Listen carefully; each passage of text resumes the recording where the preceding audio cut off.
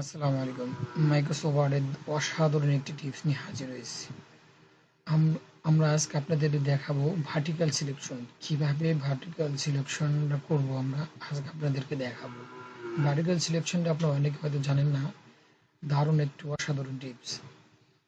Vertical সিলেকশনের হচ্ছে আমরা first name last name, আমরা যদি ফার্স্ট নেমকে এখন কাট করে অন্য কোথাও পেস্ট করতে চাই সেই ক্ষেত্রে আমরা ভার্টিক্যাল সিলেকশনই ব্যবহার করব।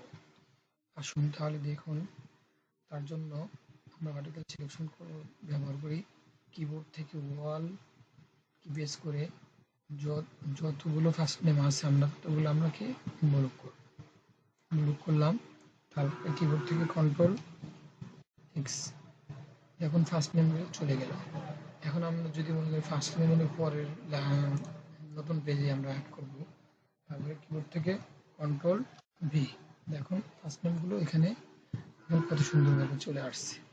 টিপসটি ভালো লাগলে অবশ্যই লাইক করবেন, শেয়ার করবেন এবং পেজটাকে ফলো দিয়ে রাখবেন। ধন্যবাদ।